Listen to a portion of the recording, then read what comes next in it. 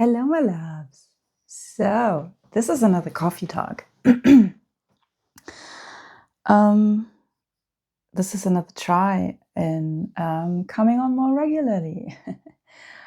I have the intention to do that, and I will try out different formats of maybe you've seen my latest video, and there's another one already recorded and waiting in queue to be released soon, to talk about a bit more in depth in a container of maybe more.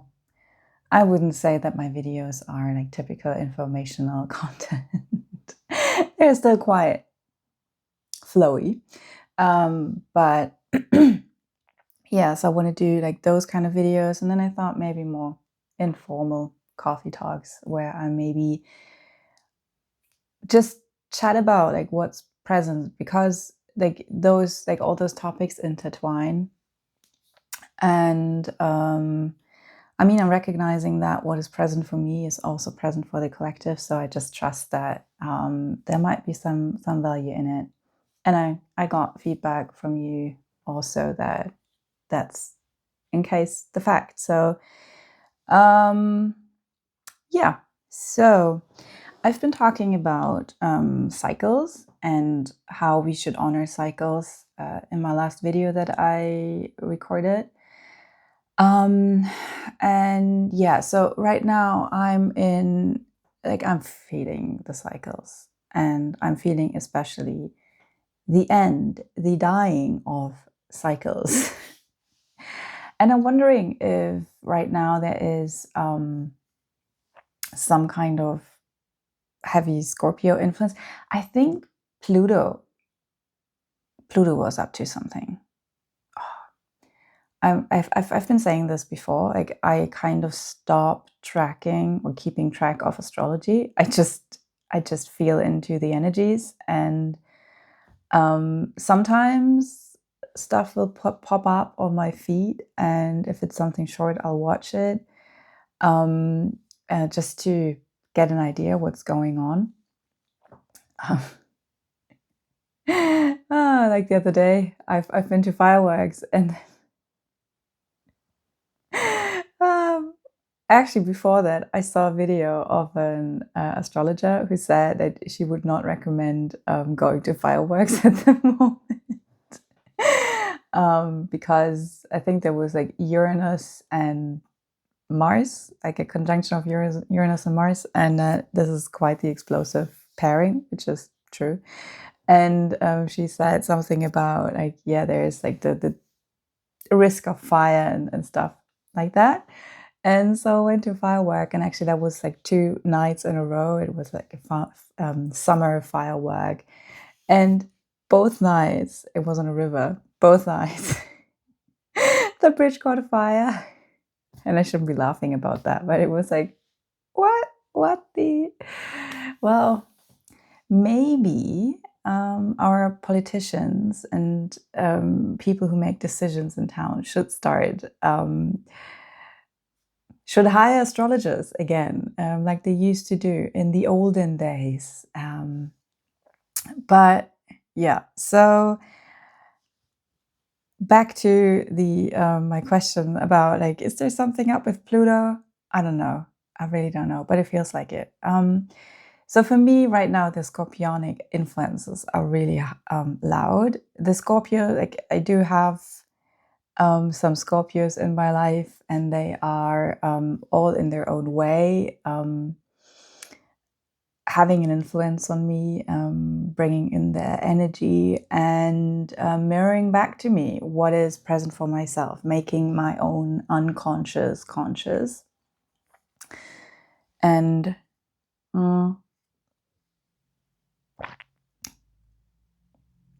yeah, I'm still traveling around, so the coffee tastes different everywhere I go. Right now, I'm back in Germany. I'm back in Germany. For those of you who've been wondering where I'm at right now, I'm in Germany, back for the summer. Still traveling around with like sometimes staying in my hometown with family and sometimes traveling around. Right now, I'm traveling again for the moment. And yeah, so the thing with German coffee is it's mostly filtered coffee, and it's not my favorite kind of coffee brewing, but it's coffee nonetheless. Okay, sorry, I'm jumping around. um, yeah, Scorpio influence, cycles. The thing with Scorpio and cycles is Scorpio is so much about death and the dying of cycles. And I mean, death is a taboo topic in our society nowadays. And the Scorpios out there, or those who have heavy Scorpio placement, they know that death is just inevitable and it's just a part of life. Doesn't mean that it's not painful, doesn't mean that it can suck, doesn't mean that it's something they like. But what I do realize and recognize in people with like heavy Scorpio aspects is this deep, intuitive acceptance and knowledge of that death is an integral part of life and that there is no life without death. And also the other way around, there's no death without life. Because from every death, new life can be born. And so I've been thinking about this morning, that I'm in a like very strong death rebirth process at the moment. Still, it's like an ongoing process for months now. And it gets lighter, it gets easier, but it's still sometimes a bit crunchy.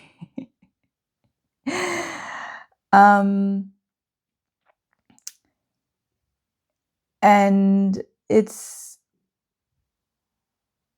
so it's making me think of and explore how can we actually walk those times and those paths with more grace. How can we make it a little less crunchy, maybe a little less I don't know, I want to say painful, because the pain really comes from resisting this natural flow of the life-death life cycles. And we don't want things to die. Because we value them, we love them.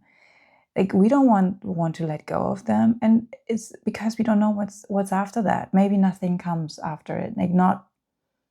Maybe we have to let go of that thing forever. And sometimes we just don't want to do that, especially in relationships, for example. And yeah, I'm experiencing that right now with like people I love dearly and like really like who are close to me.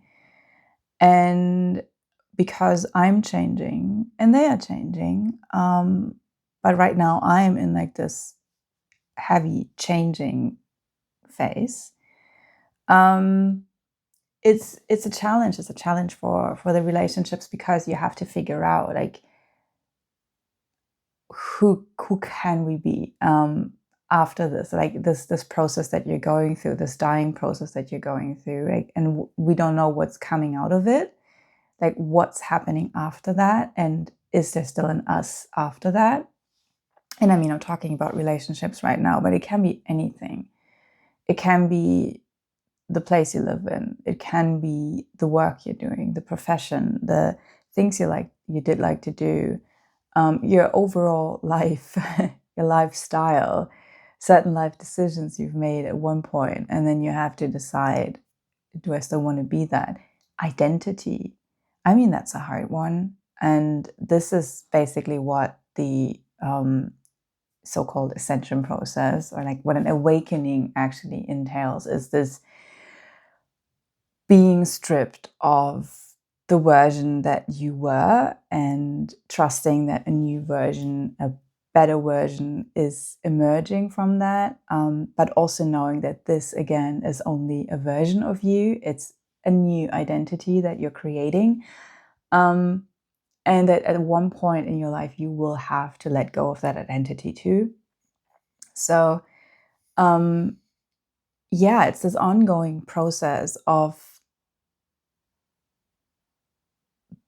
actually, yeah, like living with having in mind that this life that I'm living right now, it will be over at some point. It won't be there forever. And this could be a scary thing. And it could, like, some people choose a form of nihilism out of that, of like denying themselves to enjoy life, because what's the point? It's going to be over anyways. I'm going to lose it anyways. There will be pain. So I don't even engage with what is present right now, what is here now, the life that wants to be lived right now, because it will be over and then I will be left with the pain. And so this is a self-defense and protection mechanism to not, like, to choose not to live or to love, because I know at one point there will be pain involved, and so I'd rather not do it at all. And so, yeah, I've really learned from Scorpio energy this deep acceptance of this is part of life. This is like, there is no life without pain. There is no life without death.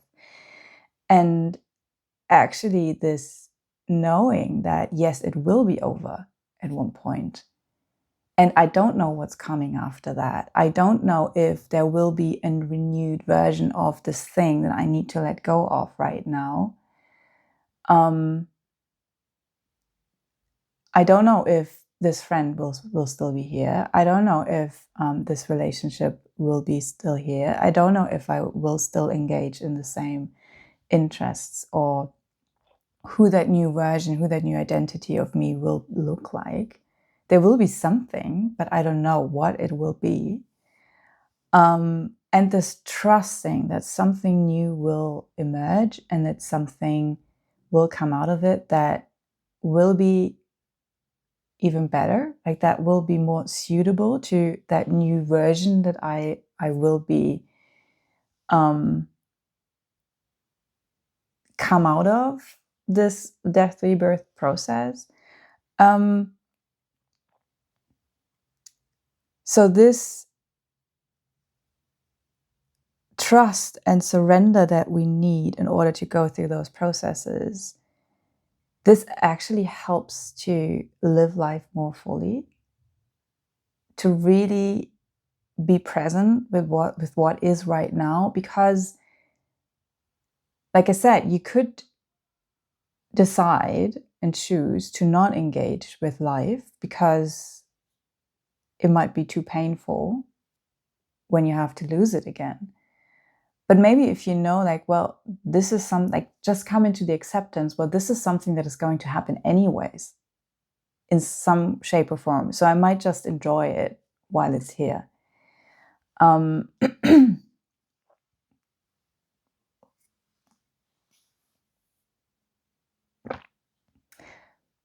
I've realized, like, the more I come to peace with this,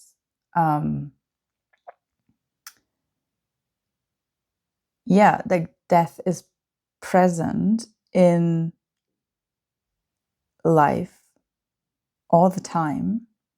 And it's just an integral part of life. It's just, it needs to be there things need to be renewed, or it will become stagnant. With that acceptance, I can see how I engage with life more consciously, how I can tap into deeper joy, into deeper love, and just be with life more fully. I allow myself to be there more fully, more engaged. And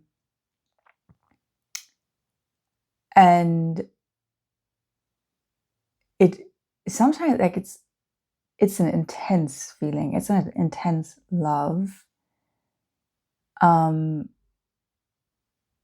But yeah, it makes me feel very much alive, and that is a beautiful thing. And I just got that image of, someone who's maybe like a rock climber, and I don't like heights, so I'm not climbing on anything, but like I just got that image of like a rock climber and being like so present in the moment, because if you're not, there's like the danger of falling, the risk of falling. And this can decide over life and death in that moment. And so you have to be present, because in that moment it can be over at any time and any moment. And so like I can only imagine, or this is what I'm giving, that this is also making them feel very much alive in that moment. Because I mean, there must be a reason why people do it. There must be a reason why people take that risk upon themselves. And in many cases, it is actually this like feeling closer to life, because they are also closer to death. And yeah, another thing I've been thinking about is that what makes it a little easier to accept this ending and like those moments of death, is knowing that there will be a rebirth. And this is why I like to call those life, death, life cycles. More so than, I mean, death, rebirth also implicates it, but I like this life, death, life progression, because death is in the middle. It's like the core, it's at the core, but it's surrounded by life. And actually the one who's talking about that is Women Who Run with the Wolves by Clarissa Pinkola Estes. And brilliant book. I mean, I've been reading this on and off for years. I'm not through with it entirely, but I just like to keep coming back. I have it always with me, just in case that I want to read a bit. And she's talking about this life, death, life cycle. And when I read that the first time, I was like, yes, that's it. That's how I want to think about it. And this is what I want to talk, like the way I want to talk about it and engage with it.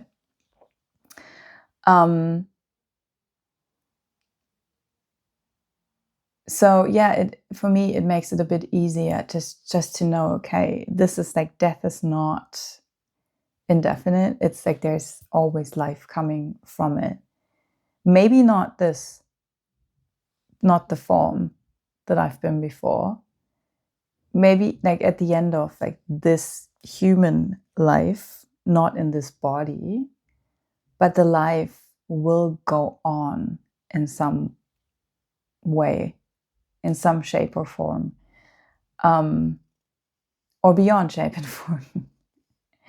But it will continue to be there. And this is like, it's very beautiful, because I can tell that, I guess at the moment I am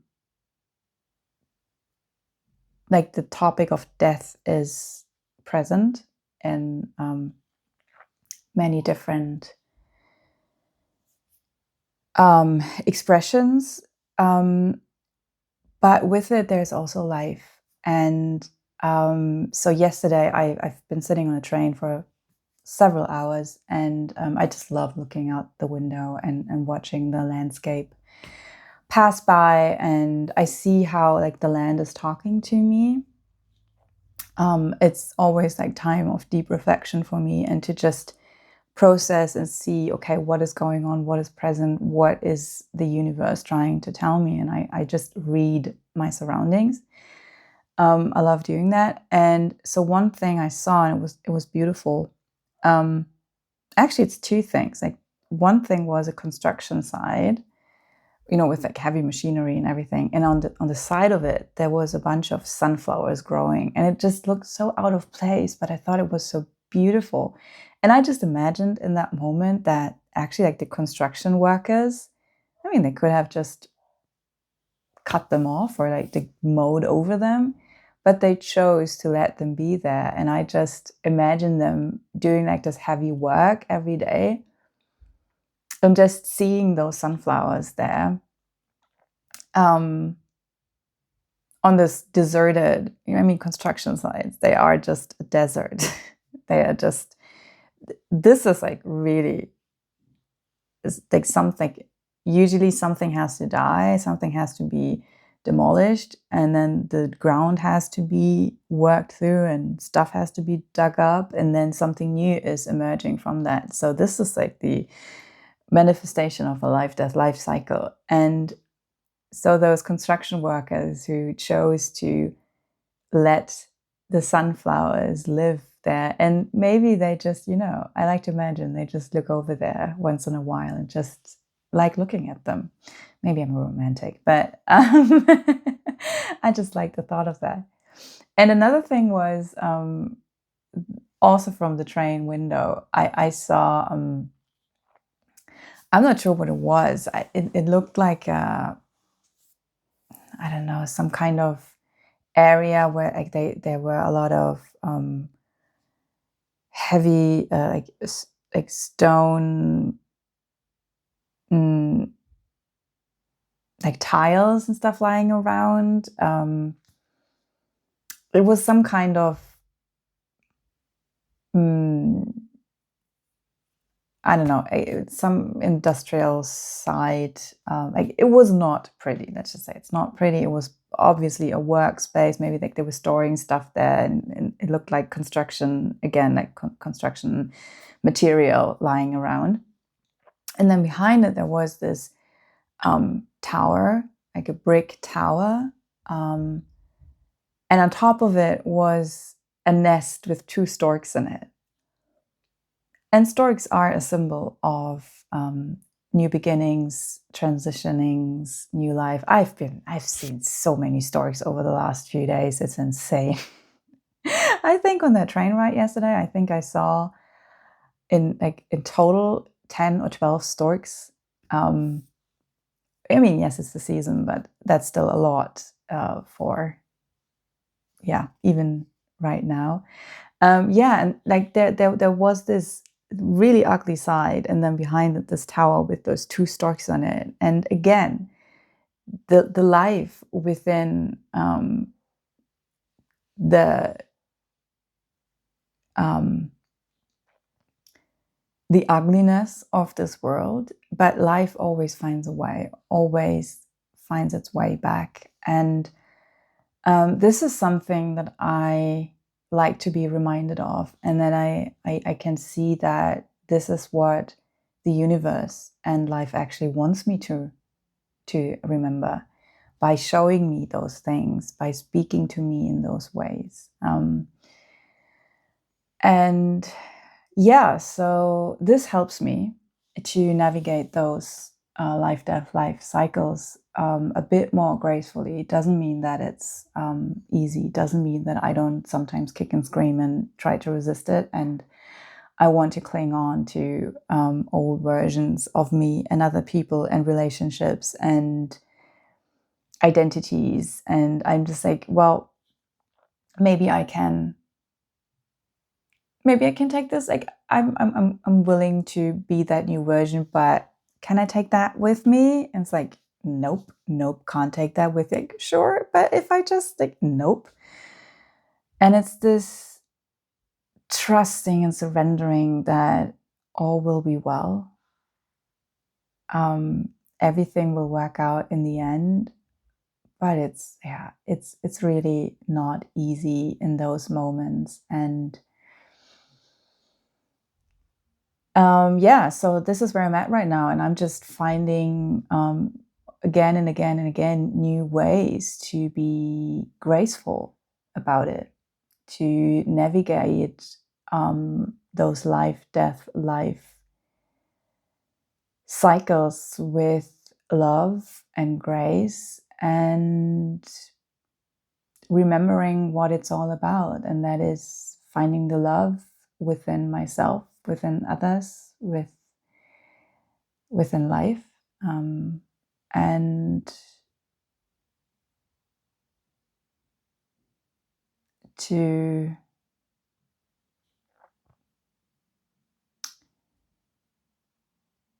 accept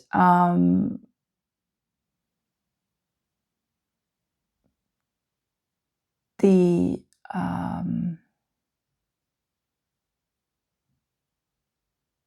also the coming together of those polarities of life and death, that there's the one cannot exist without the other. And if we try to deny one of them,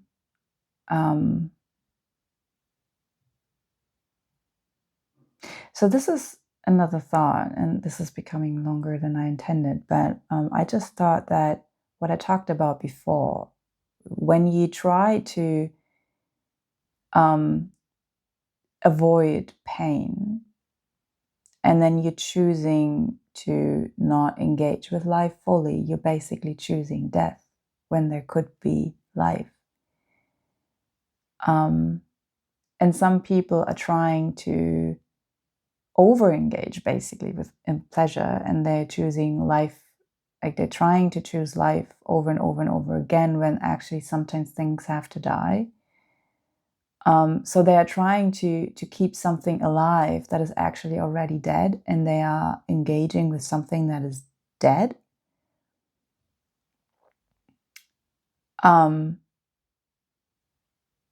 So it's like, if we don't want to lie to ourselves, if we want to be true, and if we want to really live, then we have to accept that death is part of it. And making it, like I say, this is what I'm choosing to do, and what I'm aiming at is making it my goal to not avoid it, but just to find more ways to engage with it more gracefully, or to navigate it more gracefully. And I also want to say, we often think that we have to do this alone. And yes, there are places we only can go alone.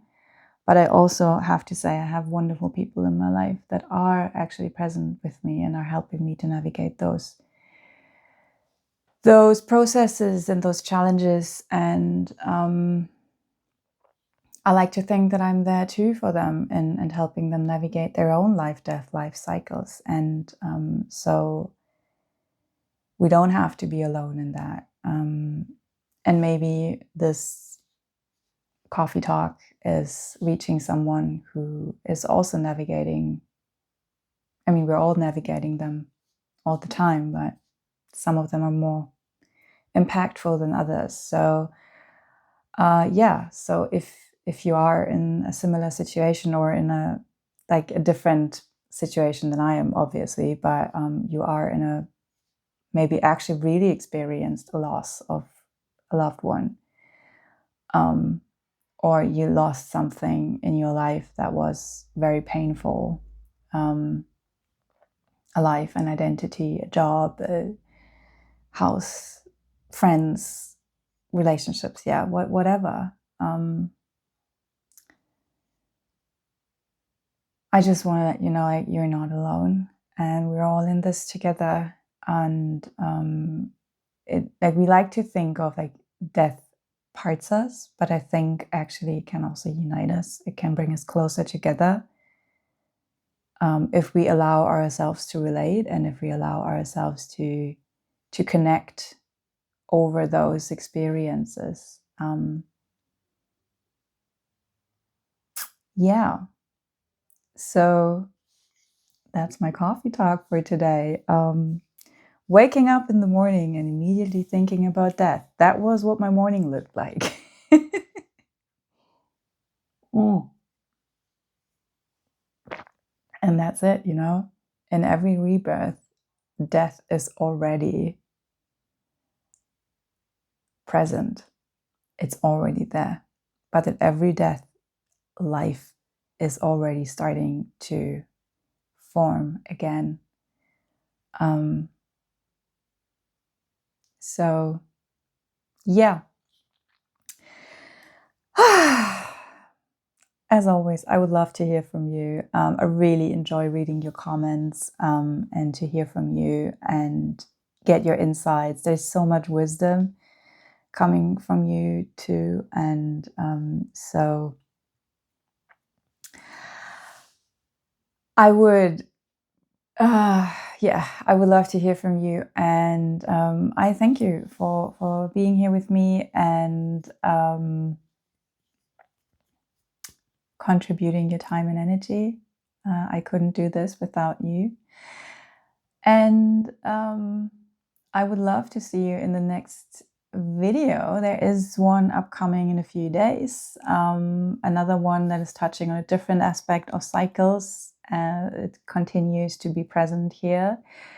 And until then, I wish you all the best and take very good care of you.